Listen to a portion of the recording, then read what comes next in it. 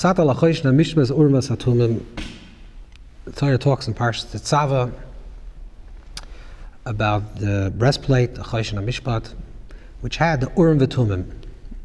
What is the Urim v'Tumim? Urim v'Tumim, or according to Rashi writes this in the commentary in the Chumash. Rashi says that Urim v'Tumim was a small piece of parchment, had the name Shem Tov, name of Hashem, that was placed underneath the stones in the breastplate. The Rambam, Maimonides, holds that no, it was not actually Shem Tov, it wasn't actually a piece of paper. The Urim v'Tumim were the stones themselves. These stones were called Urim v'Tumim. Why were they called Urim v'Tumim? Because when, in the times of the first Beis HaMikdash, time of the first temple, the Urim v'Tumim didn't function during the second temple, or the parchment was lost, they weren't able to recreate it, or it didn't have this special power. What would happen is, let's say, if the king wanted to know, or the people wanted to know whether they should do battle to Babylon, should I go to Babylon? So they used to go to the Choshen. They used to ask the priest, the high priest, the Kohen Gadol. The Kohen Gadol was wearing this Choshen, this breastplate, which had 12 stones, and had the stones with the names of all the tribes.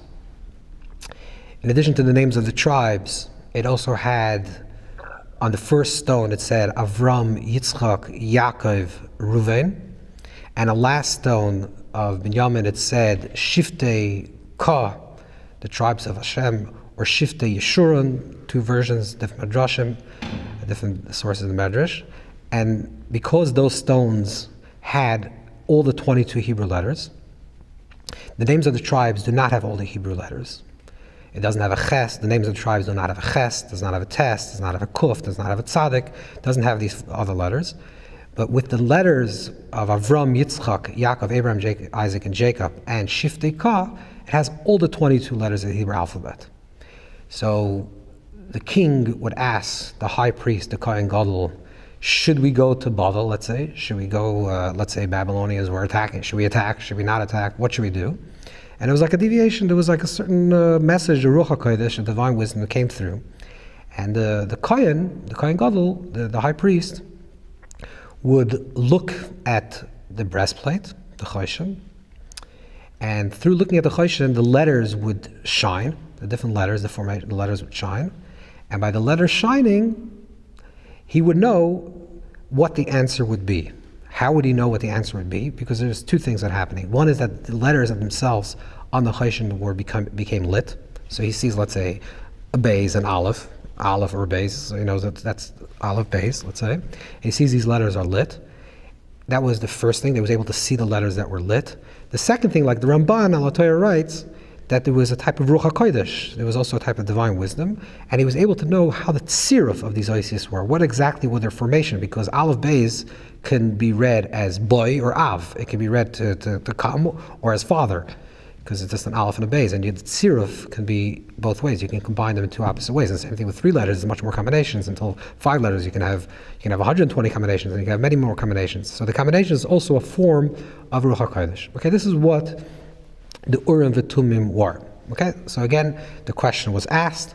The high priest who wore the Choshen, who wore the breastplate which had all the 22 letters of the Hebrew alphabet, inscribed in all the letters would be lit up, and he was able to form the formulation of exactly what the answer would be.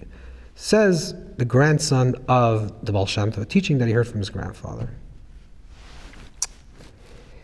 that Yesh b'zeh soid amuk v'shar gadol v'gala v'chasa. He starts off, the Degel Machne Ephraim says, I'll reveal to you that there's a great secret, a deep secret, but I'm going to reveal to you and conceal to you at the same time. Let's read what he says. Kidua, it says like this. We know that the Urim v'Tumim had approximately 22 letters, had more, because the total number of the tribes were 50 letters, and you have to add Avram, Yitzchak, Yaakov, and Shiftei Yeshurun, so you have 60 letters, 65, whatever. But it's not too many letters. So it had these letters. Now, when they asked him the Urim v'Tumim, the question, let's say, was asked, Ha'elach leBavel, should we go to Bavel? Bavel is Babylon. Bavel is spelled Beis Beis Lamed. Lamed Beis, Libava is Lamed Beis, Beis Lamed. So the question is, Heichaya Tshuva. How was the answer? If you say that there's one Beis, or one Lamed, or one Gimel, or one Aleph in the entire letters, and one letter shined. So if you ask a question that has more than one letter, and there's only one letter in the entire breastplate, so how do you get the answer? If you ask, and there's only one gimel, and the word has two gimels in it, or the question has five gimels in it, how do you know the answer? So the Baal Shem Tov says, there's a great secret to this. And the secret is,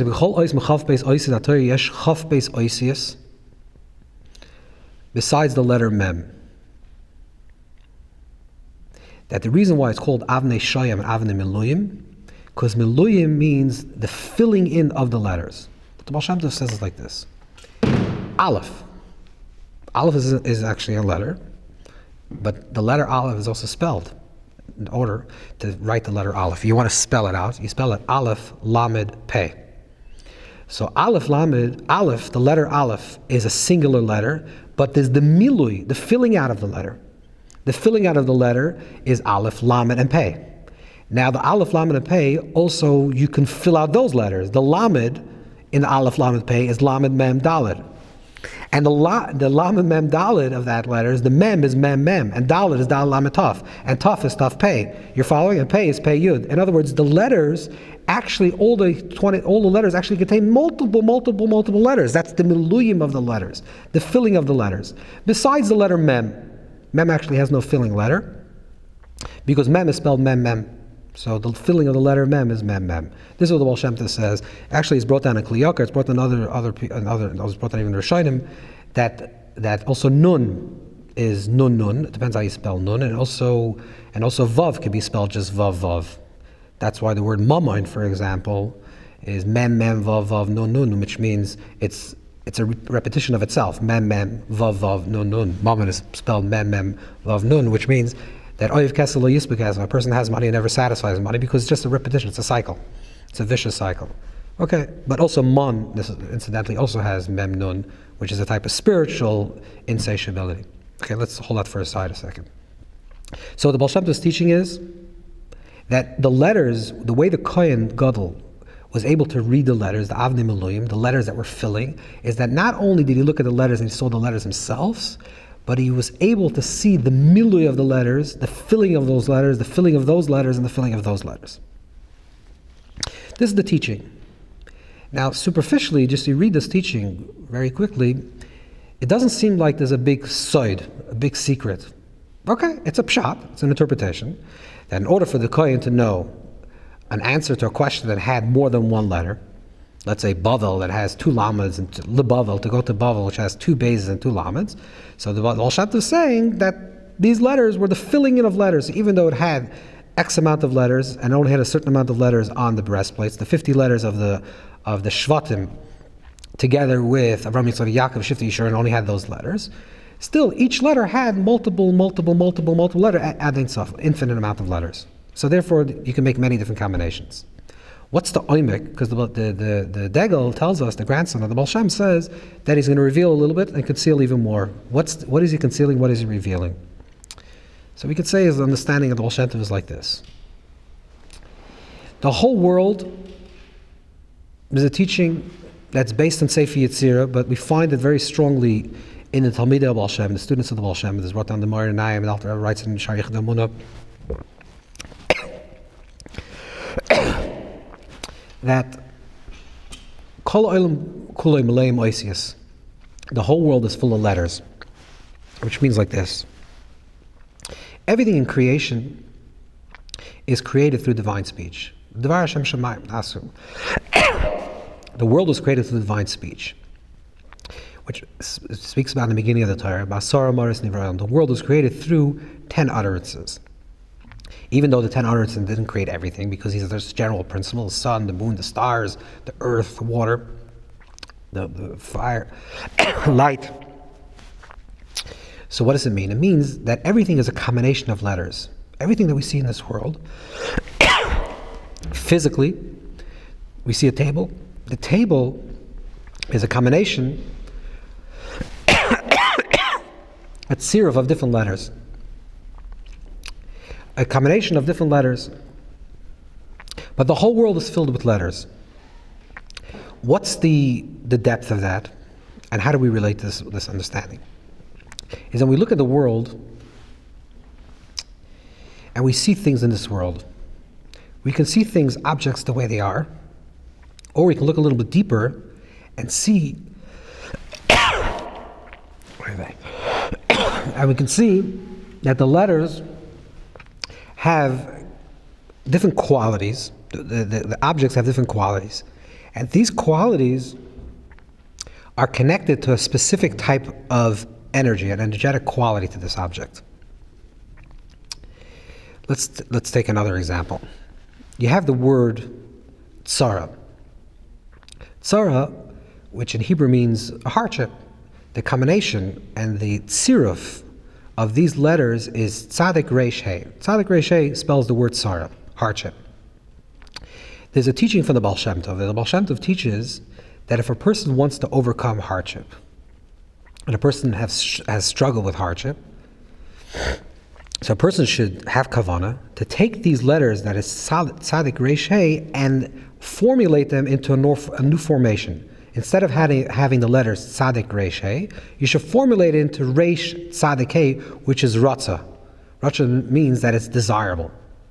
So what does this actually do? It's not just a mental exercise where you're changing the letters in your mind from one form, from a tzara, from something that's hardship, to something that's desirable. What the Baal Shem Tov is saying is that language is the medium, letters. Letters creates language. Language is the medium of revelation. Language is the medium through which Hashem creates this world, through sound, through vibration, through language. And language is the means through which we connect and interconnect with this world. Language, the way we language reality, that's the way reality becomes to us. If a person walks around and says, I'm having a big, hard day. Today is a lot of tzara. I'm having a lot of tzara, a lot of hardship. And they language it that way, then you'll see that you'll have a lot of tzara, a lot of hardship. But if you language it differently and say, it's not really tzara, it's not really hardships, I'm having challenges today.